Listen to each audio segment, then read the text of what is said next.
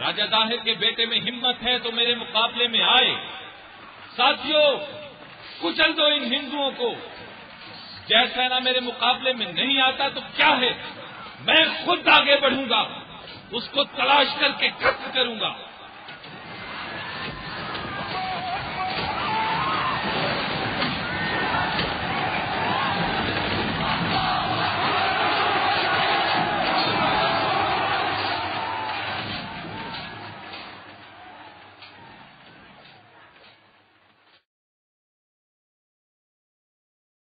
محمد بن قاسم کی آواز میدان میں گونجی.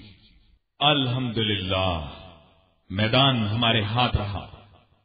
دشمن کی لاشوں کے ہر طرف انبار نظر آ رہے ہیں. افسوس جیسا نہ بھاگ نکلا. خیر، کل سے ہی میرے عزیزوں دم خم قائم رہیں. دشمن اب اور بڑی تعداد کے ساتھ حملہ کرے گا. ادھر راجہ داہر نے جے سینا کو خیمے میں داخل ہوتے دیکھ کر کہا، میرے بیٹے، تم بچ کر آ گئے، اچھا ہوا. فکر نہ کرو، اب میں رمضان میں جنگ شروع کروں گا. رمضان میں یہ لوگ روزے رکھتے ہیں، بھوکے پیاسے کیا لڑیں گے. لہذا جو ہی چاند نظر آئے گا ہم ان پر حملہ کر دیں گے، اور رمضان کا چاند اب نظر آنے ہی والا ہے. یہ سن کر جے سینا نے کہا، واہ، یہ ترکیب خوب رہے گی.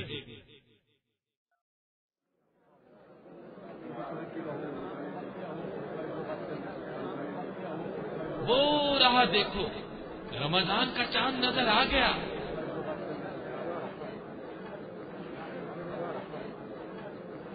شعبان سقفی محمد بن قاسم کے خیمے میں داخل ہوتے ہوئے بولا، سالار اعلیٰ، جیسا کہ آپ کو اطلاع مل چکی ہے، راجہ طاہر کل دن نکلتے ہی حملہ کر دے گا اور مسلمان روزے سے ہوں گے. محمد بن قاسم مسکرایا اور بولا، فکر نہ کرو، ہم اسے سنبھلنے کا موقع ہی نہیں دیں گے. ساری کھاتے ہی حملہ آور ہو جائیں گے. وہ دن کے وقت حملہ کرنے کی نیت سے اس وقت آرام کر رہے ہوں گے. ایسے میں ہم ان پر ٹوٹ پڑیں گے. شعبان سقفی نے خوش ہو کر کہا، بہت خوب، یہ تجویز خوب ہے. دشمن حواس باختہ ہو جائے گا، اسے سنبھلنے کا موقع ہی نہیں مل سکے گا. محمد بن قاسم نے سنجیدہ آواز میں کہا، لیکن سقفی، یہ بات بھی ذہن میں رہے، راجا کے پاس صرف پیدل فوج 30,000 ہے، جبکہ ہمارے پاس پیدل فوج صرف 4,000 ہے. ان میں تیر انداز صرف 1,000 ہے. راجا کی فوج میں گھوڑے ہماری فوج کی نسبت بہت زیادہ ہیں.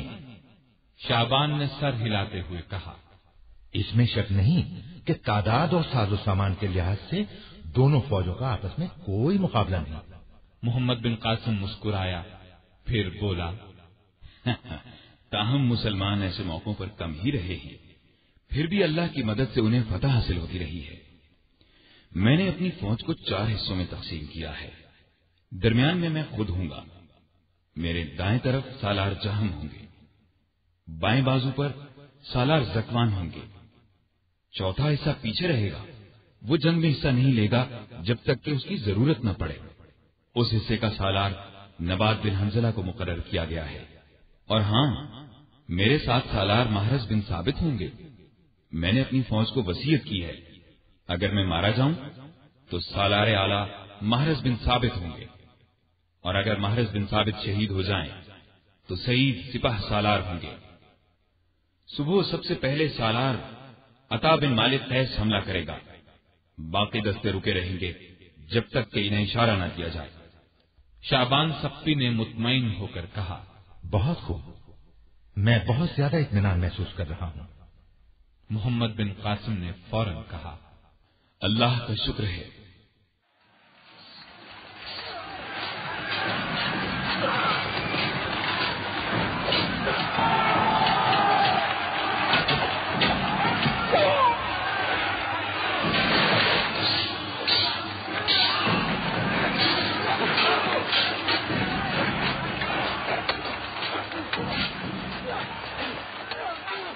آگ لگانے والے تیر پھینکے جائیں۔ ایسے میں ایک آواز اٹھی، سالار اعلیٰ، راجہ داہر کی فوج پیچھے ہٹ رہی ہے، راجہ داہر خود اپنے ہاتھی کو مسلسل پیچھے لے جا رہا ہے۔ محمد بن قاسم نے یہ سن کر کہا، یہ ان کی چال ہو سکتی ہے، تم لوگ بھی پیچھے ہٹنا شروع کر دو۔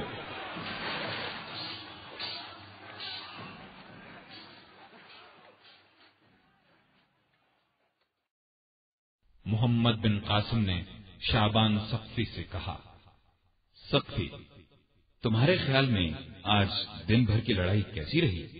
شعبان سقفی نے فوراً کہا، اللہ کی مہربانی سے ہمارا پلہ بھاری رہا۔ محمد بن قاسم نے دوسرے دن اپنی فوج کے سامنے یہ تقریر کی، ساتھیوں، آج کا دن فیصلہ کن ہوگا۔ راجہ داہر نے بھی اپنی فوج میں یہ اعلان کر دیا ہے۔ میں دیکھ رہا ہوں عورتیں اور بچے زخمیوں کی دیکھ بھال کر رہے ہیں، یہ بہت خوش آئند بات ہے۔ یہ بھی سن لو، راجہ نے اعلان کیا ہے، جو شخص محمد بن قاسم کا سر کاٹ کر اس کے سامنے پیش کرے گا وہ اسے اپنے دربار میں خاص جگہ دے گا اور وہ 4 دیہات کا قلعہ دار ہوگا۔ لہذا میں بھی اعلان کرتا ہوں، جو راجہ داہر کا سر کاٹ کر لائے گا وہ اس سے بھی بڑے انعام کا حقدار ہوگا۔ آج ہم نئے عزم کے ساتھ لڑیں گے۔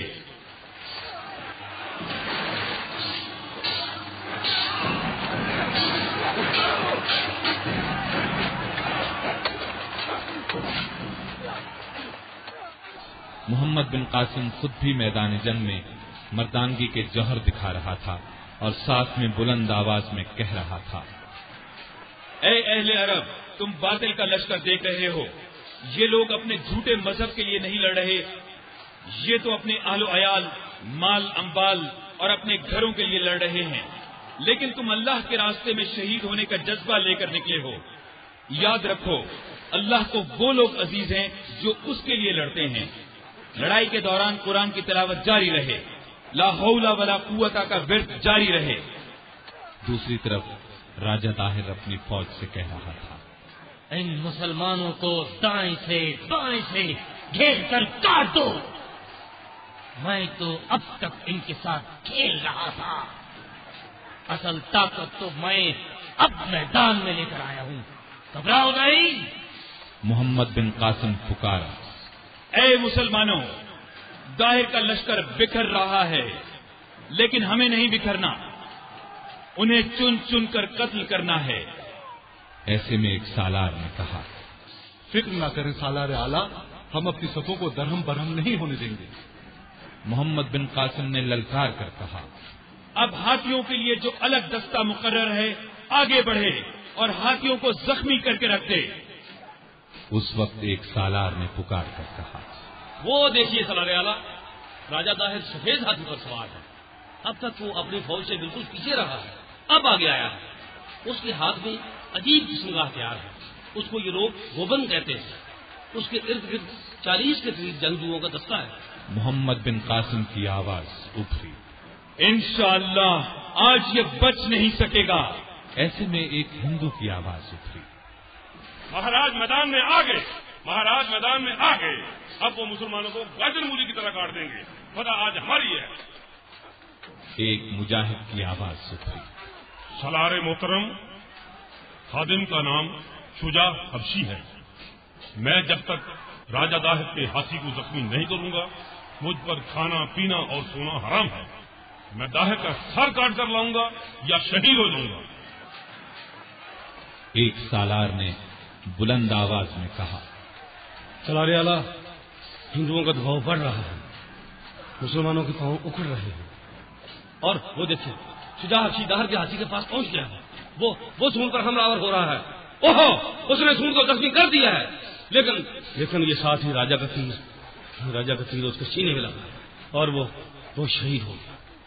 محمد بن قاسم جوش میں بھر گیا، وہ پکارا، اللہ اکبر، بہادروں، مجاہدوں، میں تمہارا سپہ سالار زندہ ہوں، میدان میں لڑ رہا ہوں، پیٹھ نہ دکھانا، دلوں سے خوف دور کر دو، صرف شہادت کی تمنا لے کر آگے بڑھو، قدم جماؤ،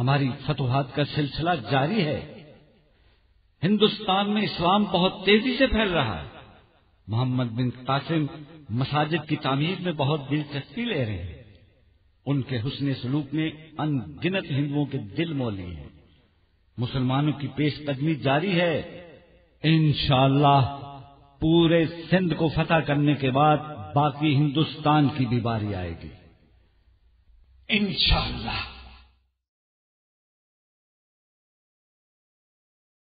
سامعین محترم، ابھی آپ دارالسلام اسٹوڈیو لاہور پاکستان سے سن رہے تھے محمد بن قاسم حصہ دوم۔ دارالسلام اسٹوڈیو تلاوت قرآن مجید، ترجمہ سیرت النبی صلی اللہ علیہ وسلم، قصص الانبیاء، صحابہ کرام، ائمہ اعظام اور محدثین کے حالات و واقعات، نیز نماز، روزہ، حج اور دیگر عبادات کا صحیح طریقہ، بچوں اور عورتوں کے لیے انتہائی دلچسپ اور سچی کہانیاں اور وہ سب کچھ جس سے نئی نسل کی تربیت اسلامی حدود پر ہو سکے، آڈیو کیسٹ اور سیڈیز میں پیش کر رہا ہے۔ دارالسلام اسٹوڈیو دارالسلام پبلشرز اینڈ ڈسٹریبیوٹرز کا ایک حصہ ہے جو اسلامی کتب کی اشاعت کا بین الاقوامی ادارہ ہے، جس کا ہیڈ آفس سعودی عرب کے دارالحکومت ریاض میں واقع ہے، جس کے مینیجنگ ڈائریکٹر جناب عبد المالک مجاہد ہیں۔ دارالسلام کا دنیا کے 27 ملکوں میں نیٹ ورک ہے۔ پاکستان میں اس کا ایڈریس نوٹ کر لیں۔ دارالسلام اسٹوڈیو 50 لوور مال نزد NAO کالج لاہور۔ فون 724-0024 723-2400 اور 712-0054۔ فیکس 735-4072۔ یہ پیشکش تھی محمد طارق شاہد کی۔ اللہ حافظ۔